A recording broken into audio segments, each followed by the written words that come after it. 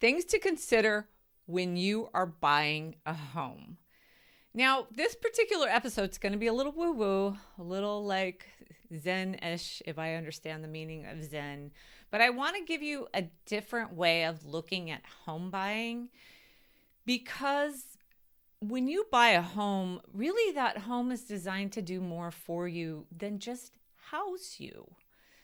It's designed, a home shelter is designed to nurture you, nourish you, refresh you, make you feel good about what's going on in your life and in the world. And if things aren't going good out there, at least in here, you can have a moment of zen and quiet and quiet enjoyment.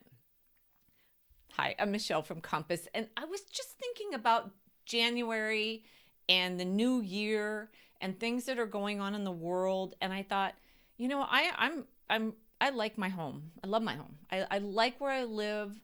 I like the whole area, of course, where I live, but there's certain elements of this area, Santa Cruz, that just makes me feel better about the world and my job and life and my neighbors and my community. Just the sheer beauty of it always refreshes me. So what I want to tell you is that after years of being in real estate and owning more than a few homes, most of those places were all something that had something about them, those homes, that I had a good feeling about, something that made me feel good when I was there. And I would encourage you, when you're looking at homes, to do that as well. Like when you're there, say for instance, my house is very small. I mean, literally the size of someone's large bedroom. But when I look outside, I have redwoods, and today it's beautiful and blue skies. It's just, it feels so good. It doesn't really matter that it's a shoebox. I have, about a mile away, I have the ocean and trails and things I get to go do. So just being here just kind of refreshes me. And it reminded me of buyers that I was showing homes to over in Santa Clara. Don't work over there much, but there's some good pockets and good neighborhoods over there. So we were looking at a townhome in Sunnyvale. We had spent so many Saturdays going to open houses, tons of them. And I was patiently just going through each one of them and kind of giving my feedback, like, I think this one this and that one this and all that sort of stuff. But the one where I really put my foot down was one in Sunnyvale. Sunnyvale is very close to all the Silicon Valley businesses, all the high tech. So those places tend to get a higher price and, in my opinion, give less in return. We went to a townhome. It was just this little area that we drove in, and they were high-rise townhomes. They were themselves 2 to 3 stories, but they were single homes, each one of them. So we had to kind of go and find it and find parking. There was, of course, no parking. We managed to get there. It had a kind of a cool front patio with some open air and sky, which I did kind of like. But we went in the place, and first you walk up to the living room, then you walk up a bit to the kitchen, or then you go do all that, and then you come back down and you take very tall, long stairs up to the front, right? Up to the sleeping areas, because it was tall and narrow. So, you were always just spending all this time going up the stairs. And I just thought it was miserable.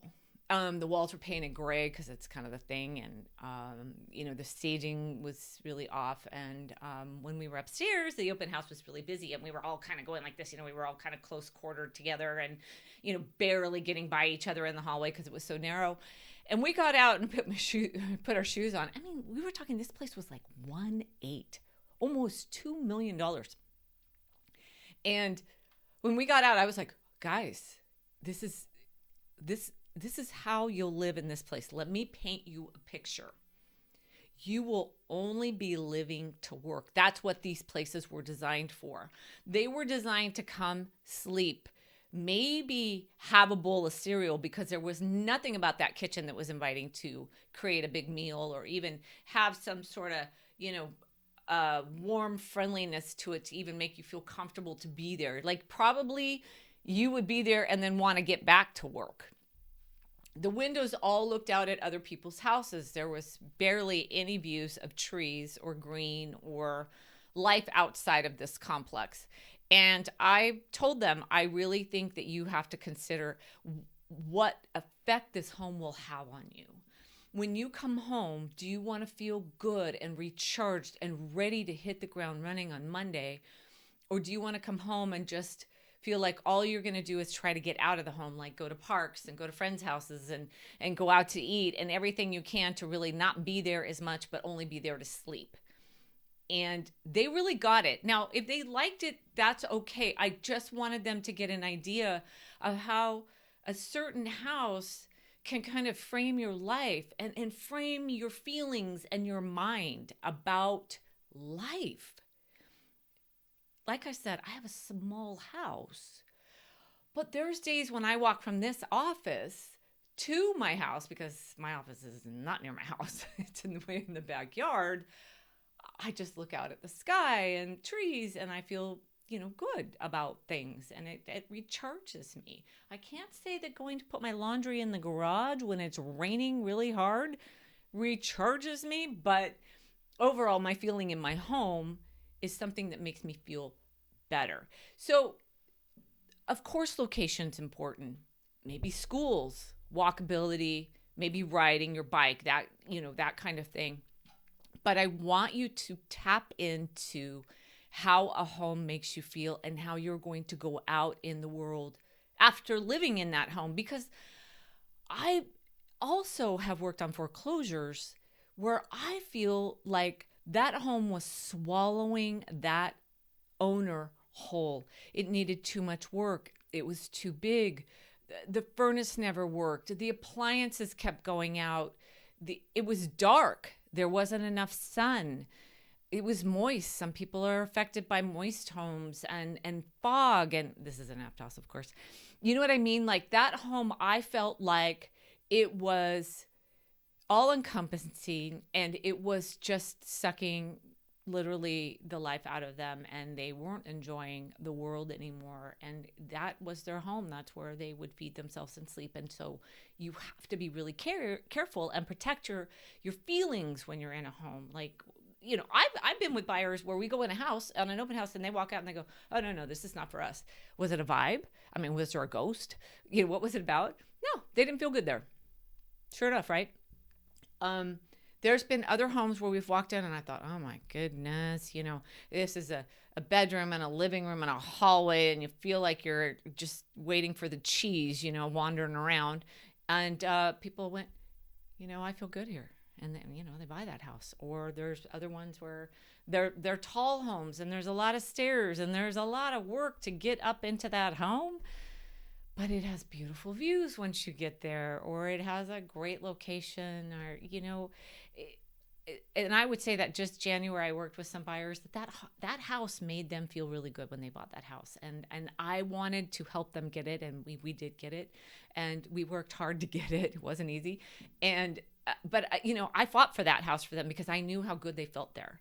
And I knew how good they would feel about their life here in Santa Cruz County. And that's where I come in and add value to you as a buyer's agent, not just telling you what's a good house based on the foundation, the paint color, and the location, but really being responsive to, is this going to really help you feel better about your time in Santa Cruz that you're living here? Or maybe I'm working with a seller and they have me come over and I look around and I realize, looking at that house no longer fits them. It never suits them anymore. They don't feel good in it anymore. And my whole real estate existence as a real estate agent is to get people in a place where ultimately they feel happier and better. And it's just, the heavens open up, the sun comes out, and you feel so much brighter. And sometimes it's not here in Santa Cruz. It didn't work out here. Maybe whatever you were trying to accomplish, it didn't work here. Or maybe, you're retiring to a different area, then you feel good there. And you had good times here. I know when I think about living other places, I think I had good times here. I have no qualms about Santa Cruz, but sometimes I do think about living in other places, right? I mean, I've lived here my whole life, so I probably want to live somewhere else at some point. That's me going on a whole lot. But the bottom line is, think about how you feel when you're in a place. And that might, that would probably be going to the open house and making sure it kind of meets all the other criteria, and then calling me and going, let's go look at it when no one else is there, so you can actually kind of take a minute and feel the home kind of, in here. I know that's really woo-woo, but really, it's really the truth. I would never encourage you to buy a house just because it's a great location or just because it's in such great shape and a great neighborhood. But when you're in it, you just kind of feel like, oh, my great aunt, who I didn't really like, had a house like this. And, I just don't feel good here. This is not going to work for me. So tap into how you feel. And it may be you're selling a home as well because you just don't feel good there anymore. I hope that all makes sense. I hope I didn't go on too much. And of course, if you need anything, please reach out, email, text, call me. I'm here for you. Check out all my socials, Live the Santa Cruz Life on here, on YouTube, Facebook, Twitter. I am on Threads now, but I'm still not on TikTok. And, of course, if you need anything at all, I am here for you. And here's 2024. Let's go, huh? Okay, bye.